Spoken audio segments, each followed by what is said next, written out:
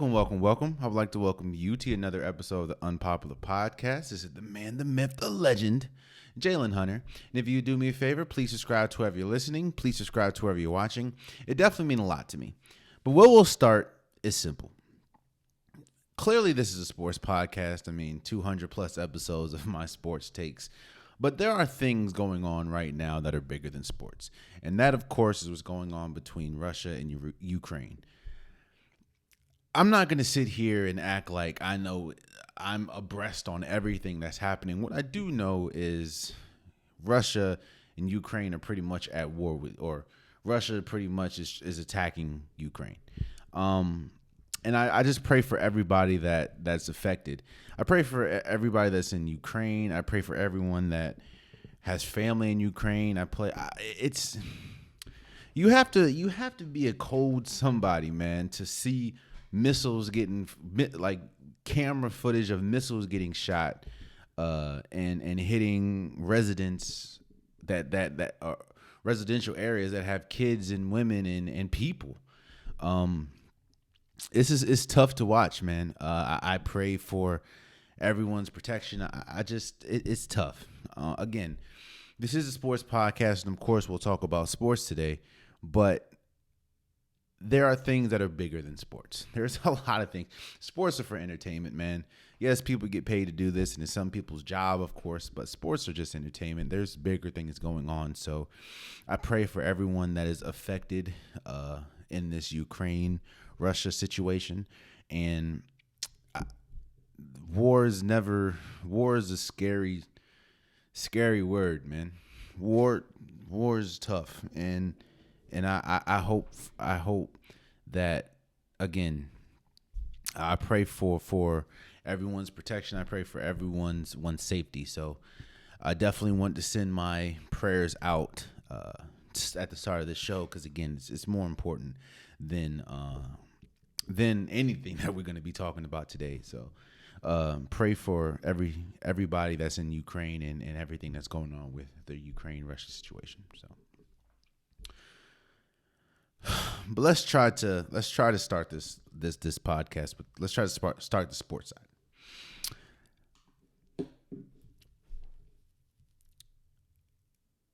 Let's transition to this.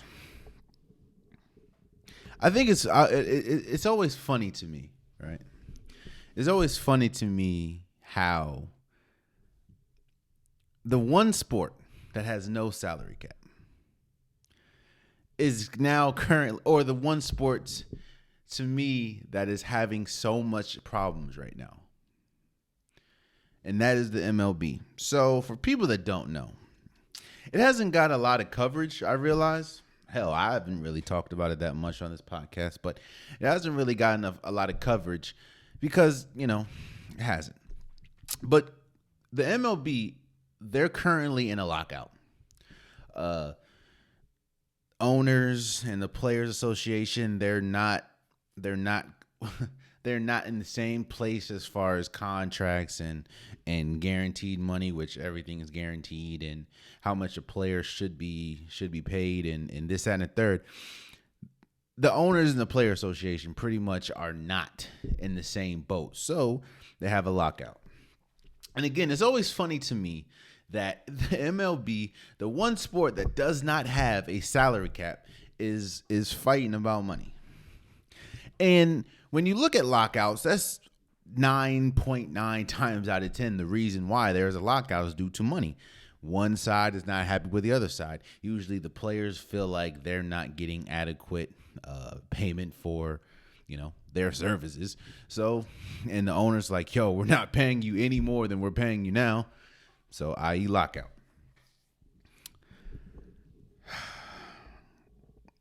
So, because of said lockout, of course, spring training has pretty much been shoveled. And at this point, I think if they don't get a deal done by Monday, regular season games will be canceled. And because regular season games will be canceled, the players will not get reimbursed for these games because they're canceled. I'll say this. Do I think that the MLB is going to get a deal done by Monday. From all reports that are looking, it looks like no. It looks like there will be games canceled. It looks like the Players Association's demands and the owners' demands are too far apart at this point. So there more than likely will not. I don't know. It could happen because we've seen crazier things, but it looks like they will not get a deal done by Monday, meaning that there will be games that are canceled. Now, do I think that they will have a season? Yes. I think that is in the best interest of the players. It's in the best interest of the owners. It's in the best interest of the MLB in general to have a season. Do I think that there will be games canceled? Because there will not be a decision on Monday, in my opinion, yes, there will be games canceled.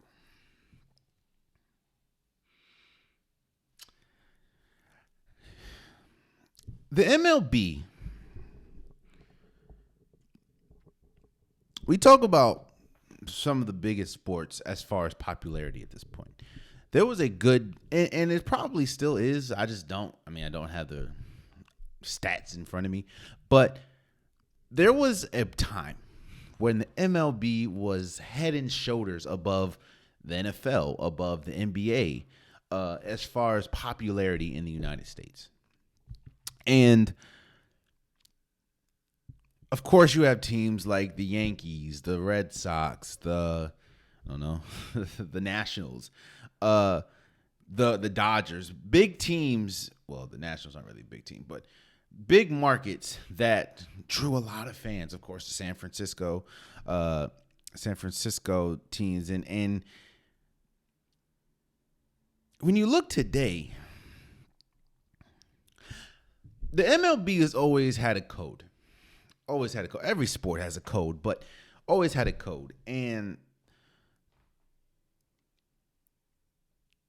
it's not shocking to me that this is the second or third quote unquote lockout that the MLB has dealt with in the last 10 years. The MLB is kind of operating on old folks' time. They're not adjusting to today's standards, and because of that, they're struggling to keep up. The hardest thing you can do is tell anybody, and honestly, it's you can't really do it. But the hardest thing you can do is to tell anybody how to spend their money. Anybody, because it's their money. They worked hard for it. It's their money. How are you going to tell somebody how to spend their money? And that's what these owners are looking like. Like, yo, we're paying you guys, and we're paying these players a fortune. Some of these players are getting upwards of $300 million. And you're still asking for more. Now, to be fair, if you really look at what they're asking for more, not the top, but the bottom of the roster is asking for more money because it's important. If you look at a lot of the teams that have won in recent years, one thing that they have in common is a deep dugout, or a really top-heavy team like the Dodgers, but a deep dugout. So they just they're asking for to be compensated for their services, because at the end of the day, not one of these owners is picking up a bat and trying to hit a 90-mile-an-hour fastball. So, but the MLB has always been pretty much the run on Godfather time. You know, they complain about celebrating after a home run. They complain about the amount of home runs. They complain about how fast you go around the diamond after a home run. The MLB, there's really an unwritten rule that supports you striking a 90-plus mile-an-hour ball, striking somebody with that ball if they celebrate too hard. Celebrate. You know, a lot of people were upset when Cam Newton, when he was with the Patriots, a lot of people we saw video after video after video. A lot of people were upset with Cam Newton. Every time he scored, or every time, he threw a touchdown or whatever, he would celebrate. do the whole Superman thing, do the whole dance, the dab when it was popular, and people hated that. Like there were think pieces on, is Cam Newton ruining the game? No, and my assumption is what a lot of people said. Yo, if you don't want him to celebrate, keep him out the end zone. If teams don't want players to not celebrate home runs, don't allow them to hit the ball. But we're getting a little too far into my gripe.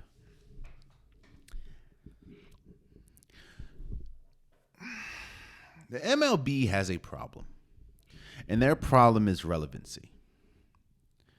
They're trying to deal with players that are of today's standard, but they're trying to deal with them in yesterday's practices. The league has had Bryce Harper. The league has had Mike Trout. The league has had Andrew McCutchen. The league has had some big names over the years. But why do you think these last few years have been the most exciting? Because of the players. Ohtani, Tatis, Vladimir. You see, Alonso, the dude from the home run derby winner, I think is in like his third year or something. Juan Soto. You see, the blueprint, if you want to look at success, right? If you want to look at success, you look around. Because if you don't have it, you have to look outward. You have to figure out what is going on. And to me, while yes, the NFL is still king as far as popularity. But if you want to look at what the NBA has done. Look at what the NFL is trying to do. Now, they're not doing the best job, but look at what they're trying to do. They're trying to put players. Well, let's speak with the NBA. I'm a big NBA guy. Let's speak with the NBA. The NBA found out more probably during. It really started the Dream Team era. The NBA used to be on tape delay. Like they used to show NBA Finals games on tape delay. Then they figured out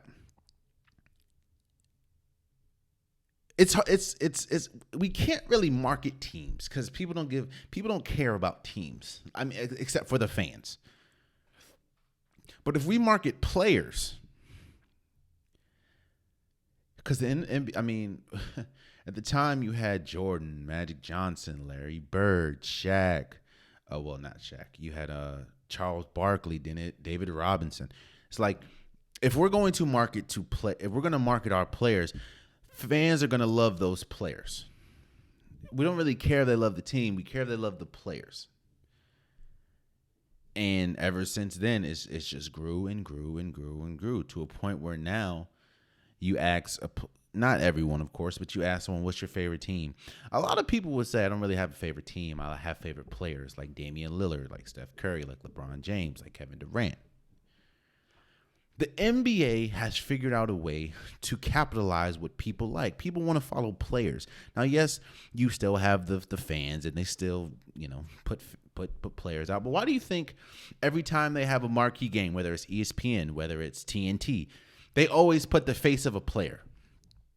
Like last night, it was the Knicks and the Heat.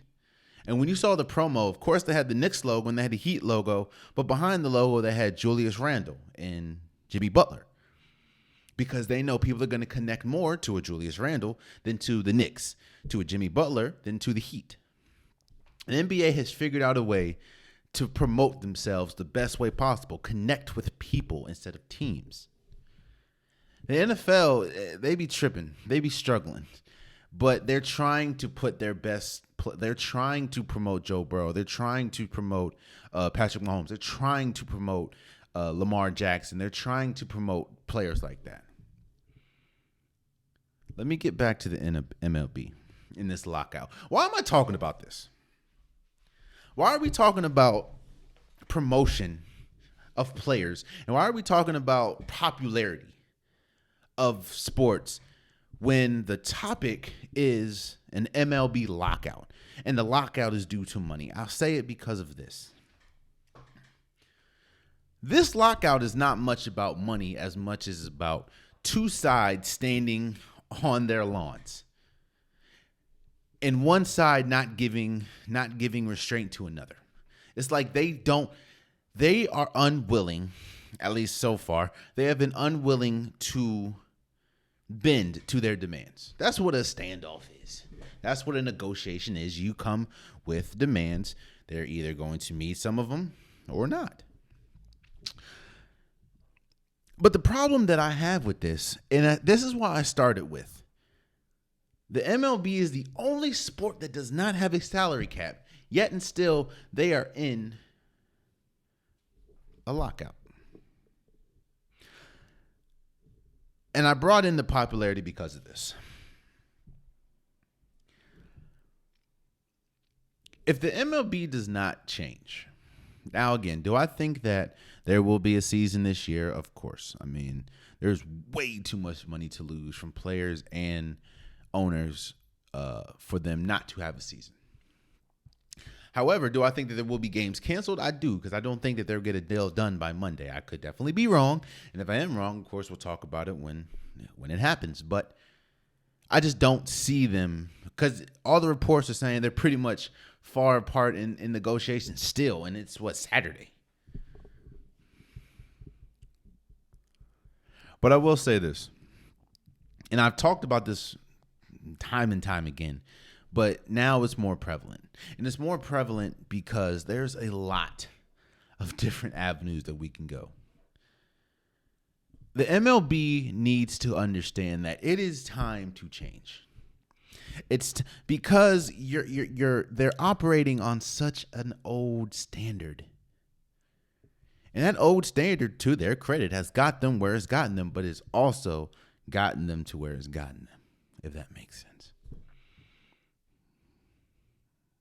People, again, there's the reason why these last few years have been one of the most popular years possible, because they have young talent. And while they try so hard to bring the game back to this, it's pastime.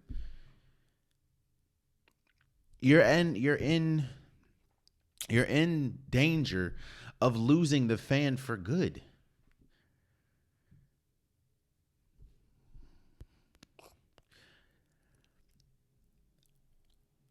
The players have a right to demand what they want to demand. They're the players. While the owners have a right to accept and pay what they want to pay, because they're the owners. You know, lockouts like this really show you, in my opinion, really show you who cares about a championship and who really doesn't.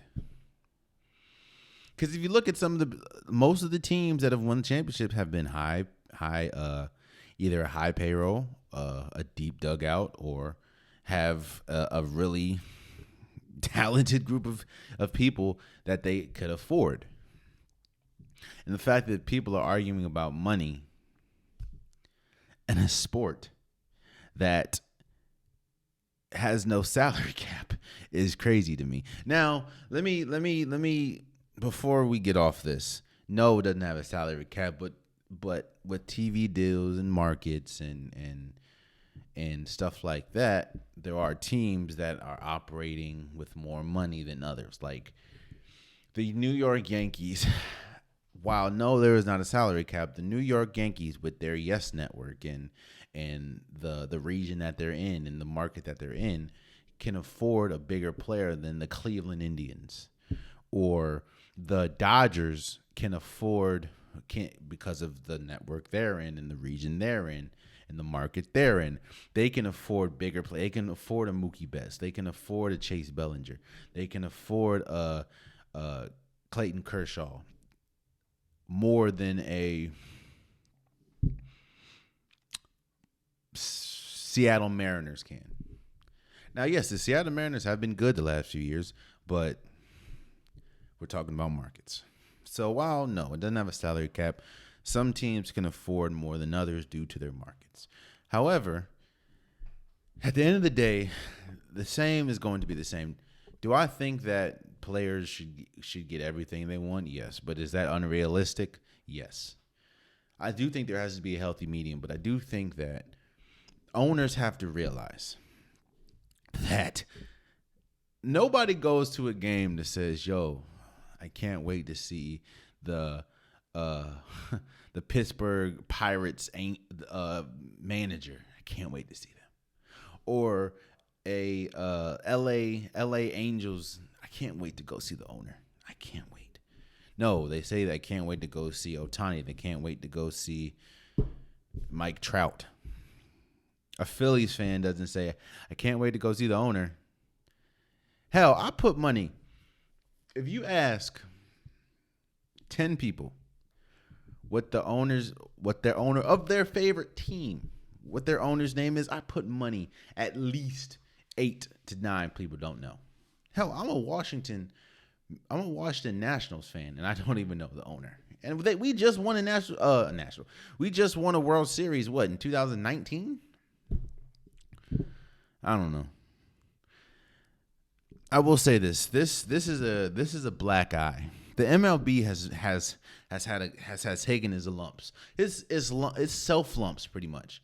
I mean, from the lockout a couple years, or the potential lockout a couple years ago, to the whole Barry Bonds, Roger Clemens Hall of Fame thing, to now this. It's just, oh man, you got to get it together, bro. Because again, there should be no reason. This is like, again, I'm not saying that the MLB will lose fans altogether, because there's always going to be diehard baseball fans. I work alongside a lot of diehard baseball fans. However, there's a reason why the popularity of baseball goes down year after year after year. However, these last 2 years, which just so happened to have a slew of young talent, from Mookie Betts, Juan Soto, Ohtani, Fernando Tatis, Vladimir from the Blu-rays. There's a reason why these last 2 years have seen an uptick in popularity. And I put money, it's not because the owners. So pay the players, man. Pay the players. Pay the players. Because trust me, you're going to see the real effects. The effects of a lockout won't be felt until after, of course. Like, of course, the money's big, but you really want to know the effect of a lockout. Look at how the fans react after. And honestly, there's a reason. Now, of course, it's not getting a lot of media attention. But do you think, and there's actually a reason for that too. There's a reason why this lockout is not getting a lot of media attention, because a lot of media appeases the market. Of course, you're going to talk a lot about basketball. You're going to talk a lot about football. But the MLB is supposed to be the most popular sport in the United States. Yet and still, a lot of people do not know that there's a lockout. In fact, the last time I've heard about the MLB before this was the Hall of Fame blunder that they did yet again. So get it together, yo, or you will for sure be an American pastime as far as popularity, because you have the pieces, you have the resources. It's time to use them, Jones, for real. So let's move forward, man. Let's move forward. So I'm not going to sit here and talk about everything that's going on with Aaron Rodgers, from the cryptic tweets. I don't care about none of that. I really don't. It is what it is. I honestly don't care where he goes, as long, until it happens. But, I'm not going to talk about the whole saga because to me it's starting to feel very Brett Favre-ish, and I don't want to use my brain power, and I don't want to I don't want to bless your ears with. So let's talk about Aaron Rodgers' tweet. Like I'm not here for all that. I will say that what I want to do is I want to give 5 destinations. I don't know if I did this already, but if I didn't, I'm doing it today. I want to give 5 of the best destinations for Aaron Rodgers, or that Aaron Rodgers could go to. Now, I want to be realistic. Like, I understand. I could say, well, the best destination for Aaron Rodgers is Kansas City because they have Travis Kelce. Okay. Clearly, that's not realistic because you have Patrick Mahomes. Clearly, Aaron Rodgers going to, like, the Bills or something is not realistic because they have Josh Allen. But I wanted to do 5 realistic spots. And the best spots for Aaron Rodgers and the spots that could use Aaron Rodgers the most. Now, the hardest destination for me right now was Tampa Bay, honestly. I wanted to put Tampa Bay on this list so bad, but there's a lot of question marks right now for Tampa Bay. Are they going to keep Chris Godwin? What's going to happen with Rob Gronkowski? Are they going to keep Leonard Fournette? Are they going to keep a lot of the defensive standouts? Like, what are they going to do? You know, what's going to happen with the wide receiver core? As we saw outside of Mike Evans, what's going to happen? So I don't have Tampa Bay on this list, but if, you know, they're able to, especially with the money that I think a report came out saying that Aaron Rodgers is seeking like $50 million a year, which is warranted. I think he wants to be like the best, the highest paid NFL quarterback, which understandable. I mean, you're coming off of 2 consecutive MVPs, which makes sense. Now we're not talking about the off, or we're not talking about the postseason, but it makes sense, that you want to be paid that much. But here's my top 5 list of teams that Aaron Rodgers can go to and have instant success, in my opinion. Number 5, I have Pittsburgh. Pittsburgh needs Aaron Rodgers a little more than Aaron Rodgers needs Pittsburgh. First and foremost, the Big Ben's reign is over. So they're in need of a quarterback, and they're in need of a quarterback badly, because at this point, right now, it's Mason Rudolph. Right now, it's Dwayne Haskins. A lot of reports saying they're going to try. They're 9 times out of 10 going to draft a quarterback. Maybe Kenny Pickett. Or Kyle Pickett, Kenny Pickett, whatever. That's in Pittsburgh or Pitt. They need a quarterback, and Aaron Rodgers. The last thing you want to do is go to a place and downgrade. Because that wouldn't make sense. Like, there would be no point to leave if you're going to a place to downgrade. So the only thing, in my opinion, that Pittsburgh does not have over Green Bay is the offensive line. The Pittsburgh's offensive line isn't the best.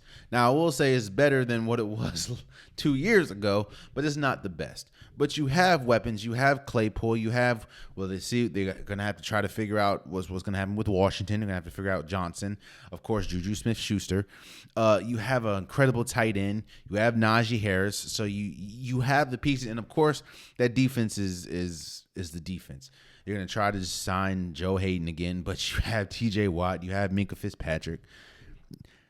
And especially in the division that the Pittsburgh Steelers are in, any team that has Aaron Rodgers just skyrockets to the freaking top of their division. I mean, even though, again, it's going to be tough when you're in a division with Baltimore and Lamar Jackson, when you're in a division with Cincinnati Bengals and Joe Burrow, who was just in the Super Bowl. However, I think even with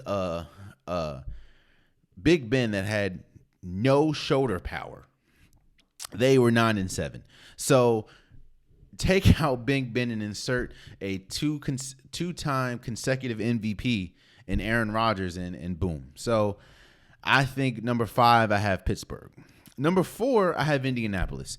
The only reason why I have Indianapolis over Pittsburgh is because Indianapolis offensive line is a lot better than Pittsburgh's. Also, Indianapolis they have Michael Pittman. Michael Pittman is better, in my opinion, than any of the wide receivers that Pittsburgh have. While Claypool is still good, Washington, Johnson, they need to figure out.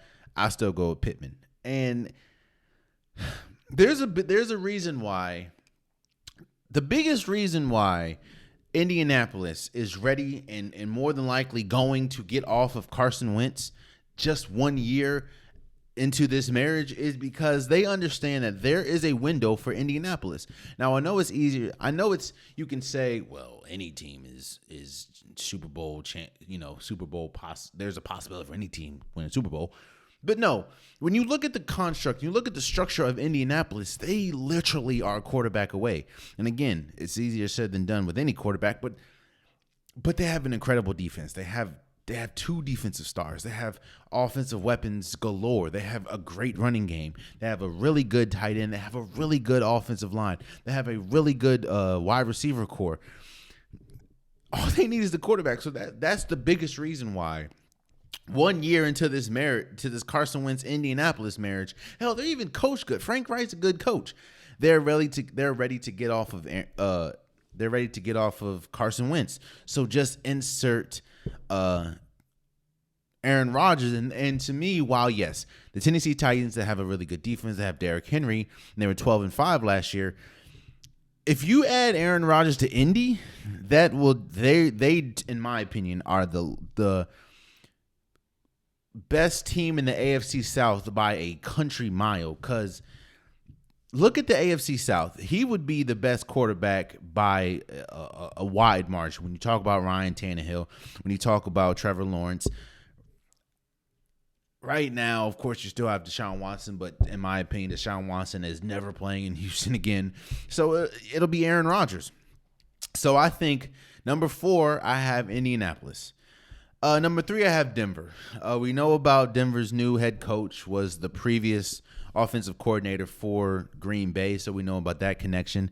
We also know about Williams, the running back, Melvin Gordon, Judy, and Noah Fant, the tight end, and we know about the great defense that Denver has with Patrick Surtain II. It will be really good. The only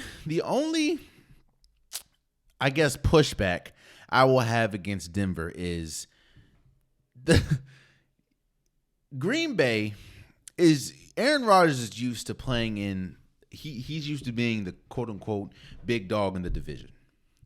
And there's a lot of reasons why they dominate the NFC, seeing as though until the playoffs, of course, but Aaron Rodgers usually, especially the NFC North, he dominates the Vikings, the Bears, the Lions. Going to Denver, you're now playing against at least 3 of the top 10, 15 quarterbacks. Definitely 2 of the top 10. You will be playing week in and week out. You'll be playing Patrick Mahomes, Derek Carr, and Justin Herbert. Now, I don't think that that's a reason for Aaron Rodgers to be scared of that.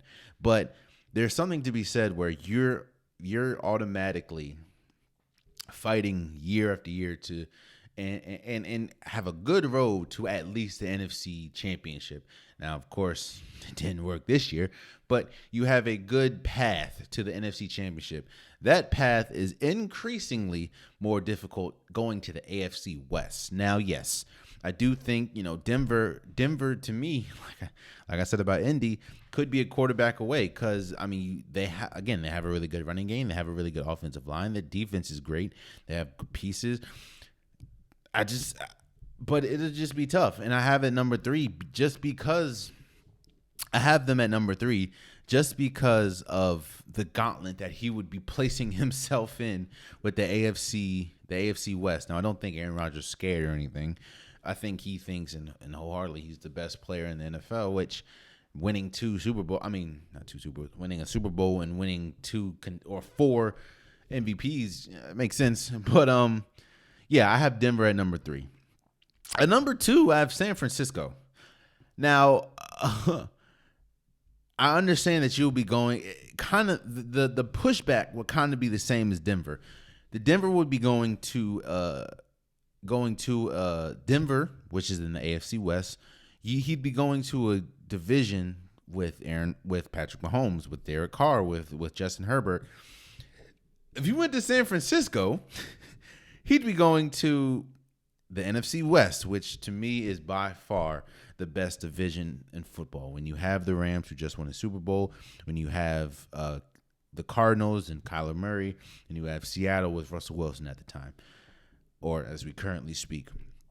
However, just imagine Aaron Rodgers with that offensive line, with that run, with Deebo Samuels, with Brandon Ayuk, with that coaching staff, Kyle Shanahan. We know how great Kyle Shanahan is making Jimmy G look. Like, think about that, and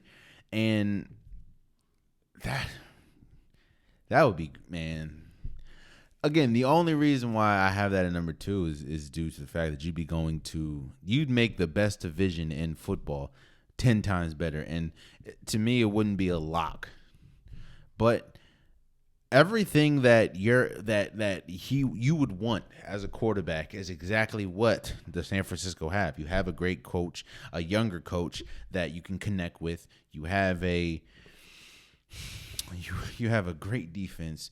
Like, you have Fred Warner, you have Nick Bosa, you have a great defense, and then of course you have Brandon Ayuk and Deebo Samuels and George Kittle. Like, I have for San Francisco at number 2, and honestly, at number 1 I have Green Bay.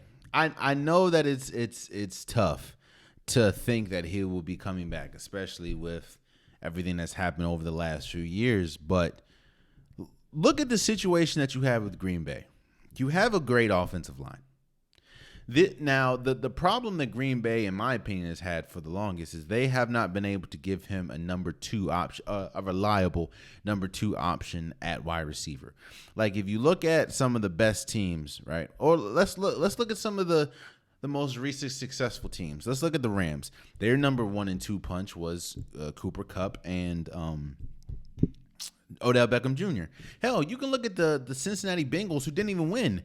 You have Jamar Chase. You have T. Higgins. You have Tyler Boyd. Look at the Kansas City Chiefs. You have Tyreek Hill, and you have Travis Kelce. If you look at most of the best teams, the Buffalo Bills, Stephon Diggs, Gabriel Davis. Hell,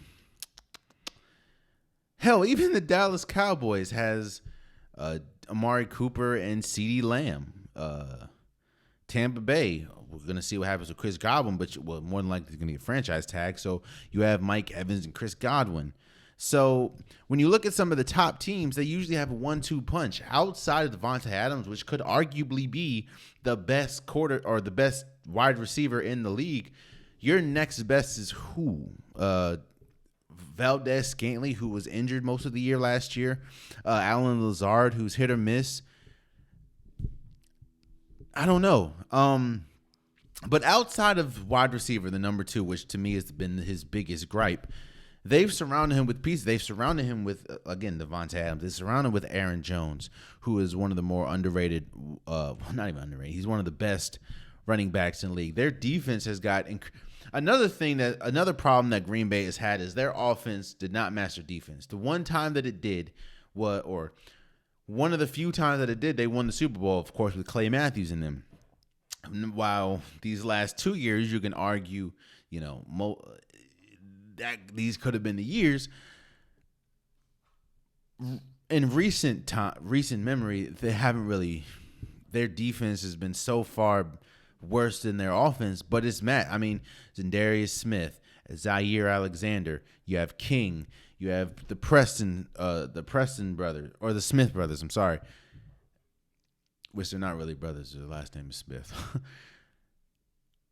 Green Bay, to me, there's something. I think what Aaron Rodgers is struggling with. I don't know if he's struggling in general, but one thing that I would be struggling with, let me see that, is seeing what happened with Matthew Stafford. you spend your career pretty much rotting in Detroit. The first year you go to the Rams, they get you what you need. You get an offensive line, you have a great defense, you have pieces, and they win a Super Bowl. Same thing that happened with Denver. Now, of course, it wasn't the first year, but Denver, you bring in Peyton Manning. You do lose the Super Bowl. You lose to the Seattle Seahawks, but then you beat Cam Newton and the Panthers, I think 2015, in the Super Bowl because you give Peyton Manning what he needs. I understand that, but though there's a lot of you got to look at a lot. You got to look at where they came from. Now the Colts were ready to get off of Peyton Manning because they had Andrew Luck. But remember, once they got off Peyton Manning, and no disrespect to Andrew Luck, but Andrew Luck, I think, got him to the AFC Championship. And then after that, I mean, hell, Andrew Luck's not even in the league anymore. He retired early because the Colts could not help him. Matthew Stafford his career was rotting in Detroit. Yes, you had Calvin Johnson, but he retired early. The state that the Colts were in and the state that the Detroit Lions were in is not the same state that the Green Bay Packers are in. The Green Bay Packers, yes, I understand you don't like Gunther and there are still questions about Matt LaFleur because, again, I look at Matt LaFleur kind of the same way I look at a Frank Vogel or look at a Steve Nash. I don't know if they're good. Let me not say Frank Vogel. Let me just say Steve Nash. I look at Matt LaFleur the kind of same way I look at Steve Nash. I don't know if they're a good head coach or not because you're coaching a team that has at least two of the top 15, 16 players in the league when they're playing Kevin Durant and Kyrie Irving at this point. And you had James Harden. I'm sure I can go out there with my incredible 2K skills and get a couple wins. So, Matt LaFleur, you have Aaron Rodgers, you have Devontae Adams, you have Aaron Jones, you have the Smith brothers, you have Zaire Alexander. It's kind of hard to fail. And and I'm not putting it all on him, but there's something to be said where you look in the least amount of success that they've seen is in the playoffs, where you have to be a good coach because you have to scheme around them. Look at some of the best. Look at the recent teams that have won Super Bowls. You have Sean McVay, who is an incredible young talent, incredible young coach. Why am I drawing the blank? Andy Reid. And dang, why am I drawing a blank from the coach?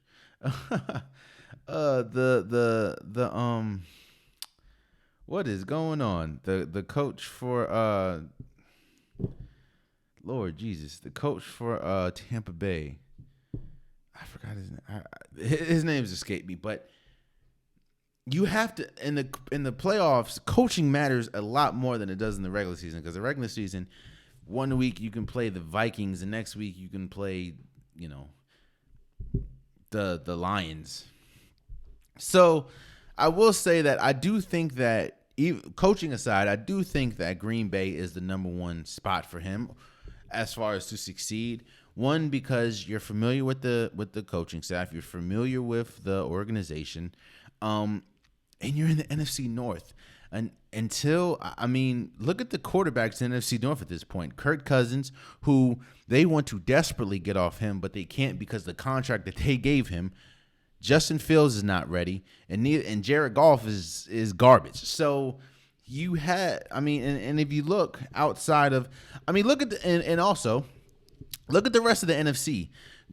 Dallas, they're not able to be trusted. With Tom Brady gone, Tampa Bay has pretty much kind of got knocked down a notch and just figure out them. So the only thing that you have to really worry about is the NFC West. So, and you don't really have to play them maybe once or twice a year, but you don't really have to worry about them till the playoffs. So I just think be careful what you really want. Now, again, Pittsburgh could work. He can be great in Denver. He could be great anywhere he goes. But I just think the best place for him, especially if he's seeking to win a Super Bowl, is Green Bay. Because Green Bay can get, he's more familiar, and the road to the Super Bowl will be a little easier in Green Bay than it would be anywhere else. Now, I do think the best team altogether, more than likely, is San Francisco, but the best fit for Aaron Rodgers at this point, in my opinion, if not San Francisco, would be Green Bay. So that's that. Again, I don't care about them tweets. I really don't care about anything that he says or does until he makes a decision, and either he's asking for a trade or he's saying he wants to stay. I don't need all the cryptic tweets. I don't care about none of that, and I don't feel like talking about any of that. So let's move forward. So we're pretty much in the second half of the basketball season. Well, pretty much home stretch of the basketball season after All-Star game, and there's a couple teams that are better than advertised. And I want to talk about 6 teams. And are they really contenders or are they not? And the 6 teams I'm going to talk about is Boston, Utah, Chicago, Memphis, and Cleveland. Let's start with Boston. These last 10 or 11 games, Boston has been the clear-cut best defensive team in the league. And they've honestly been, outside of the Suns, Boston's been like the hottest team in the league the last 12 games. I think they're like 11-1. And their play has been dominated by, again, a great defense and Jason Tatum and Jaylen Brown. The likely duo has been on a tear. I mean, didn't he drop like 50 or 60 against Washington one of these times? That is Jason Tatum. But the question is, can they win a championship? And I say yes, if they play the way that they're playing now. One of the biggest gripes that a lot of people, including myself, have had is they don't play that good at defense, and Jason Tatum and Jaylen Brown don't do much when either one does not have the ball. What we're seeing in this extended win streak is they've been incredible defensively. Jason Tatum's been good. Jaylen Brown's been good. Of course, Marcus Smart's been good. Al Horford has been good. It's. I think Boston. What it is Boston's best players have been playing their best, but on both sides of the ball, and that has been contagious throughout the entire team. And when you go up against the Suns, you can kind of go up defensively. When you go up against some of the top teams in the East or top teams in the West, you can lean on your defense. While, yes, we know Jason Tatum's going to get his. We know Jaylen Brown's going to get his. Now that you can depend on your defense. And there isn't really a weak spot with this team outside of possibly big when you're going up against maybe a Philly. And, of course, there's no body in the league like Joel Embiid. But I don't know if, Robert Williams and Al Horford can get the job done. But on the flip side of that, you can, any given night, Jason Tatum can go off or Jaylen Brown can go off. So I do think Boston can win a championship. How this team is currently constructed, I do think they can win a championship. Utah. Losing Joe Ingles was huge. Joe Ingles was pretty much their, I don't know, now they have a lot of knockdown shooters. You have Bogdanovich, but Joe Ingles was like their bona fide knockdown shooter. He was also a player that came up big in a lot of playoff situations, like when they were playing against OKC, when OKC had Paul George, Russell Westbrook, and Carmelo Anthony. Joe Ingles was huge. Joe Ingles has been huge in a lot of playoff series, and I just think losing him is a crushing blow for Utah. And I think Utah is a little too Donovan Mitchell scoring dependent. While yes, we know Utah is going to play defense. When you have Rudy Gobert, when you have Mike Conley, when you have some of the players that they have, you're going to be a good defensive. I mean, Rudy Gobert is what, a two-time defensive player here. You're going to be a good defensive player. I just think that unlike Boston, they're too one-player centric as far as offense. While they have, they have pieces, it's just, and they're fourth in the East. I mean, they're fourth in the West. So, yeah. But outside of that, I mean, looking at this team, outside of Donovan Mitchell, the next best offensive player is Jordan Clarkson, and there's a reason why he's a sixth man. While yes, there's a lot of people that thrive at the six-man position, but I just think that they're too one person relying on offense, and that is Donovan Mitchell. Now, yes, Jordan Clarkson can come in and have a big game, but we've also seen Jordan Clarkson can come in and ish the bed. So now I do think picking up Hassan Whiteside has been good, but outside of that, I just don't think when you're going up against some of the top teams, they don't have enough scoring power to keep up with the Utah or keep up with the Phoenix, to keep up with the Golden State. So, and even if they do find a way to make it to the NBA championship, I don't know if they have some of this. I just don't know if they can. I don't think they're good enough to make it to the NBA championship. So, I don't think that Utah, to me, in my opinion, can't win a championship, or they're not good enough, in my opinion, to win a championship because they're just too Donovan Mitchell scoring wise dependent as far as offense. Chicago is an interesting team. First and foremost, that boy DeMar DeRozan is incredible, man. DeMar DeRozan, who a lot of people always talk about his mid-range game because, that's pretty much his primary area. However, nobody really talks about DeMar DeRozan being arguably one of the greatest mid-range shooters of all time. He's that cold-blooded, man. And he's an MVP candidate. I'll say top 5. I understand, a lot of people want to say he's going to win MVP. A lot of people want to say he should be top 3. But it's hard for me after, he's been incredible. Don't get me wrong. And if he's not in your MVP list, I would question your MVP list. But it's hard for me to put him over Nikola Jokic, over Joel Embiid, over Giannis at this moment. But he's right there in that mix, in my opinion. But can Chicago win a championship? Here's the thing about Chicago. Chicago has played 10 times better than I predicted when they got a DeMar DeRozan. And they're playing incredibly well right now with some of their key pieces, Lonzo Ball and Alex Caruso, both out with injury.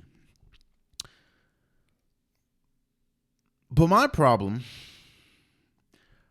with Chicago is they are a small team. Now, yes, you have Vucevic, and Vucevic is incredible offensively, but defensively, he's not. Nobody outside of Alex Caruso and Lonzo Ball are really that good defensively. Now, I'm not going to disrespect Chicago because they are the number 1 team in the East, but when you look outside, their centers right now is Vucevic, Tristan Thompson, who seemingly the only place that he can really, the only place that he feels home at is in somebody else's bed that's not his wife's, and Tony Bradley. To me, none of that is getting it done. Now, their guard position is great. I mean, again, you have Lonzo Ball, you have Alex Caruso, you have DeMar DeRozan, you have Zach LaVine coming off the bench, you have Kobe White. But I just think that they're really going to struggle they're going to struggle defensively. When you're going up against a team that, I mean, look at most of these wins. Look at most of these wins that they've accumulated over the last few games. Let's see. Their last few wins.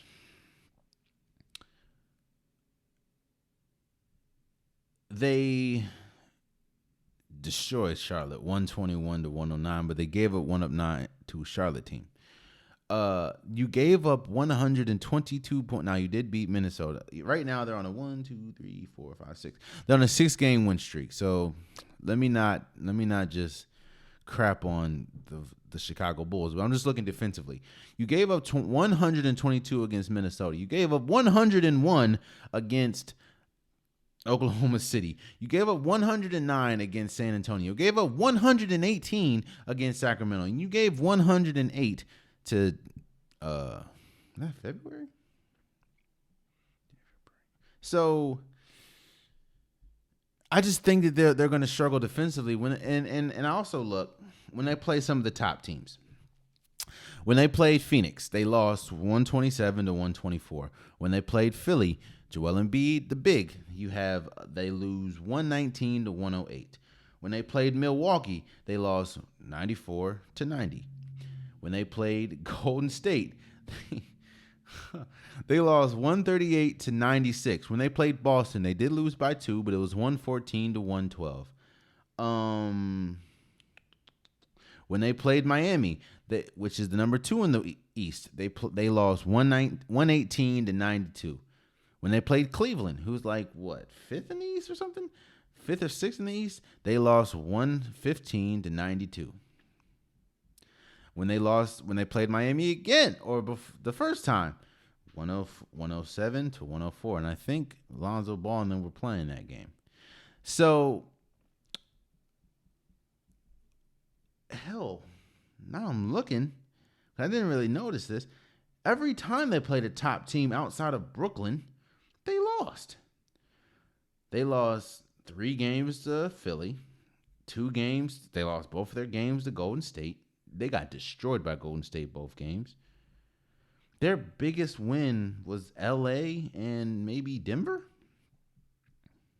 Oh, in Brooklyn. I'm not going to destroy Brooklyn. So when they played some of the top teams, I don't know. I just don't see that they'll be able to. They're waxing the floor with some of the lesser teams, and of course they're good. When they're not playing a top team, they look incredible. But it's just when they play the top team, they don't look as good, clearly. So I don't know if I don't think the championship, their championship material. I don't think they're good enough to win a championship just because of the fact that they clearly struggle when they play against the top teams in the NBA. Now, they can feast off playing Washington or playing New York or Indiana.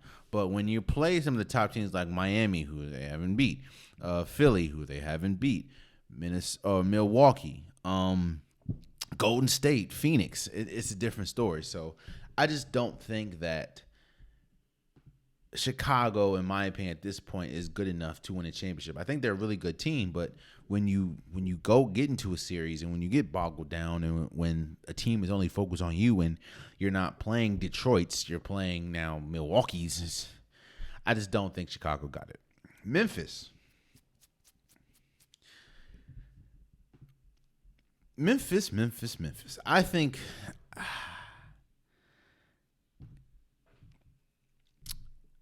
I think Memphis is one of those teams where they don't have a lot of big names outside of course, Ja Morant, but they have a lot of good pieces. Like Steven Adams is a great pickup or a great find for them.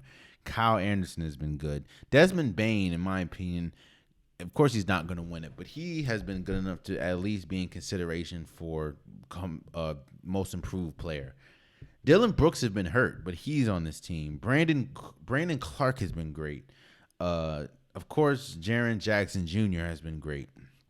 Tyus Jones has been good. I think that this team plays really rugged. Now, again, that's what most Memphis teams do.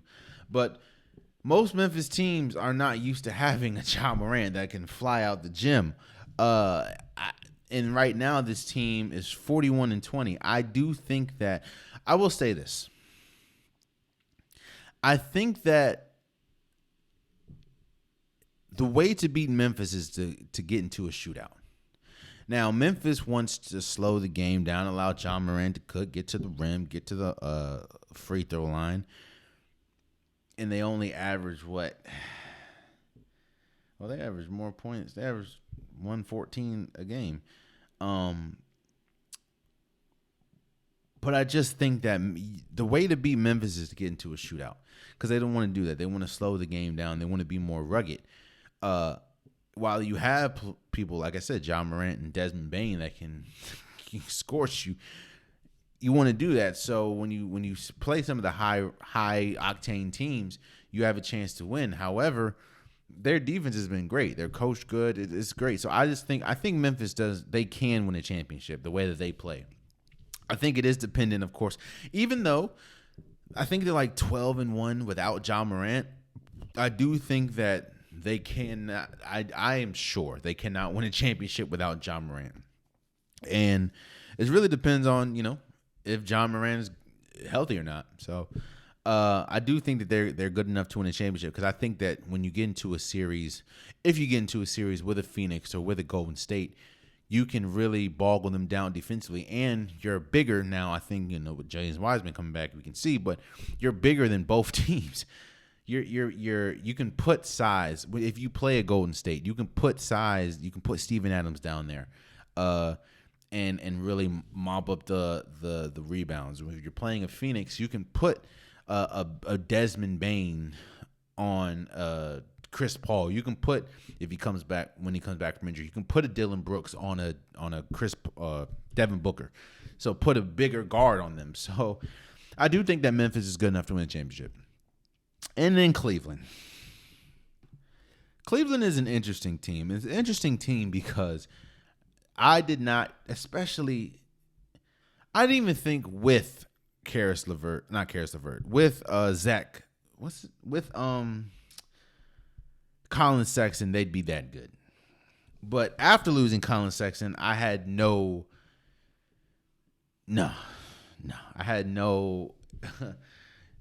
thought that they would win a championship.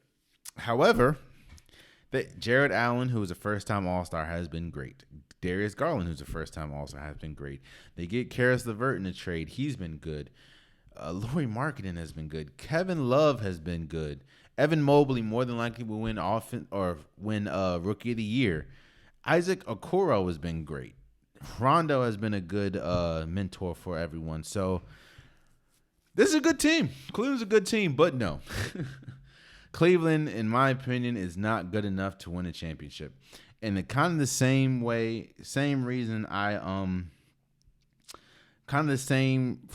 reasons as Chicago. When they play some of these top teams, man, it's like they lose games that they're not supposed to lose, and then they lose games that they're supposed to lose, if that makes sense. So they're not as consistent as they should be. I mean, you lose to a Charlotte, you lose to a Lakers team, you lose to Phoenix, you lose to Washington, and then you lose to Boston, Brooklyn, Golden State, Phoenix. Like, they're losing to the teams they're supposed to lose to, but then you turn around and lose to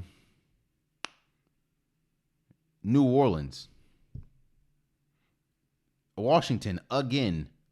And this is Washington without Bradley Beal, by the way.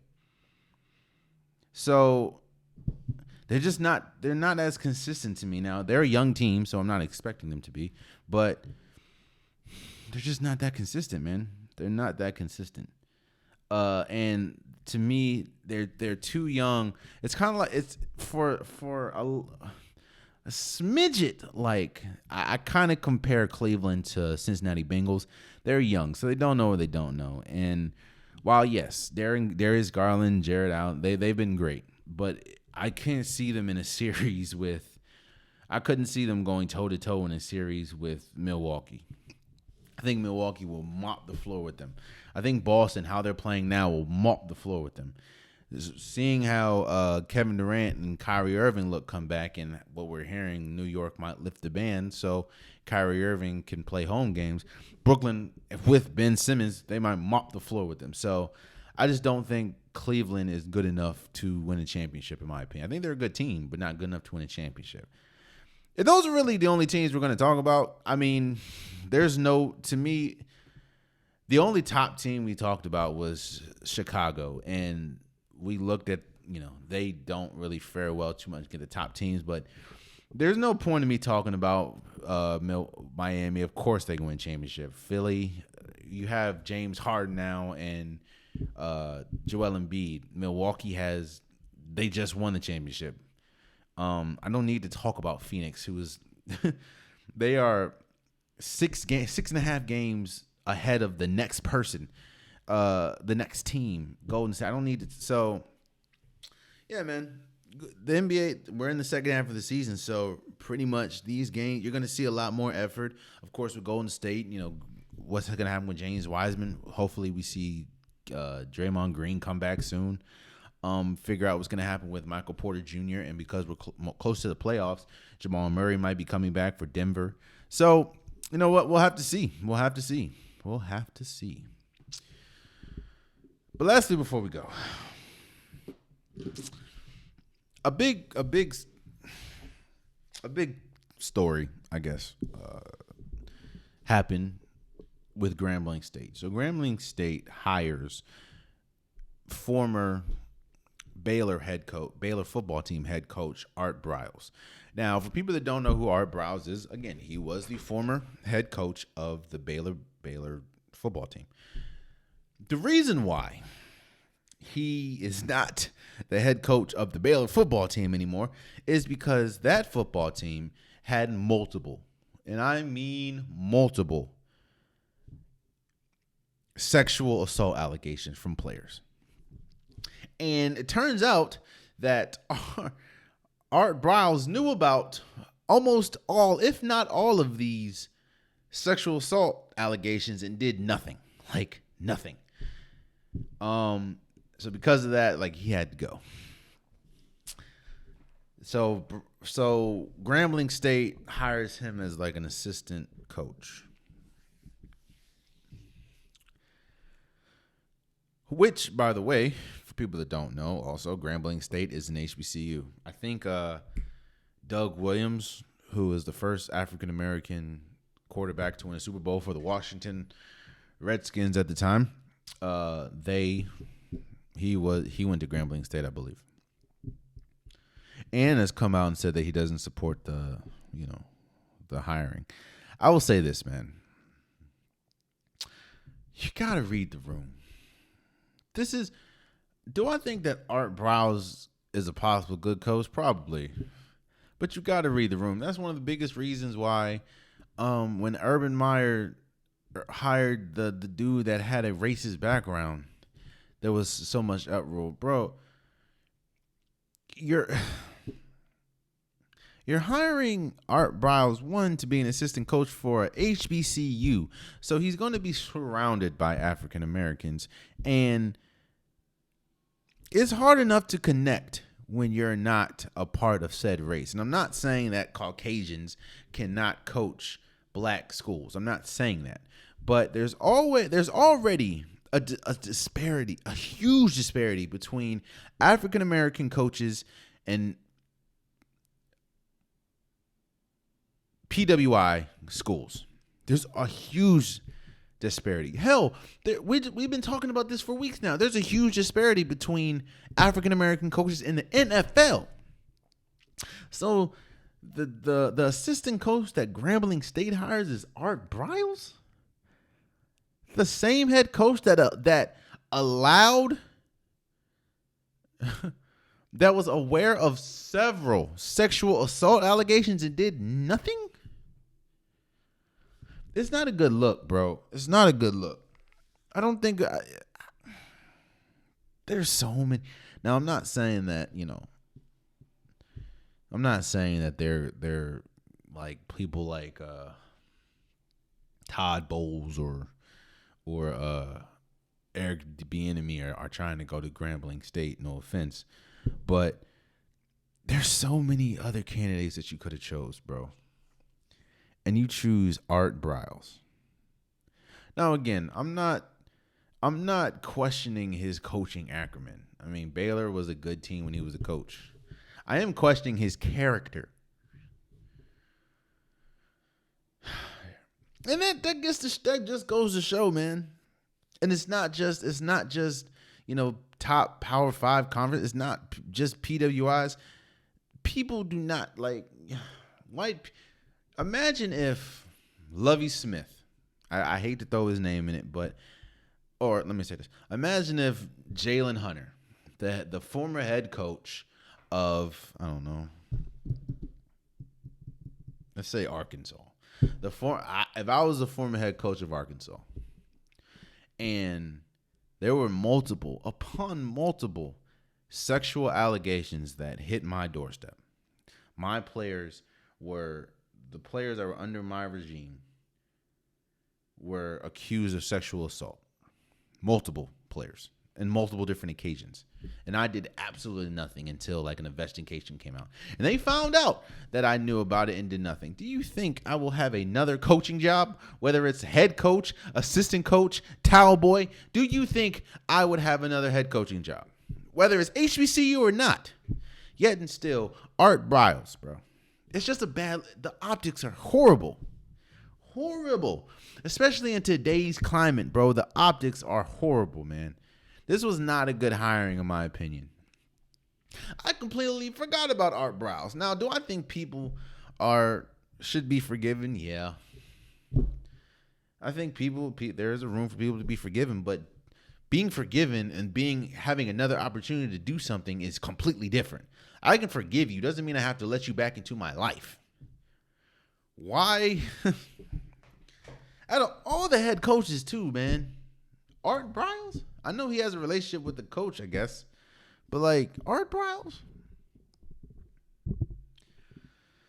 The optics are horrible, man. That I don't know. That's just... It's bad. It's bad. But... there you have it, man. That's been today's episode of the Unpopular Podcast. I appreciate you guys for tuning in and listening or watching. If you want a Unpopular Podcast shirt, hoodie, long sleeve, sweater, joggers, the link is in the description below. I have multiple different colors, multiple different designs. So pick what you want, select, check out. Bada bing, bada boom. In about a week or two, it's to you. So go get your merch today. Also, please subscribe to wherever you're listening. Please subscribe to wherever you're watching. If you can, please comment. Please, leave a like, share if you can.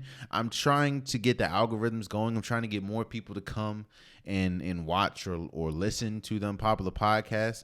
And the only way that we can do that is you guys' help with, again, sharing and commenting or rating. If you're on a DSP, definitely mean a lot to me.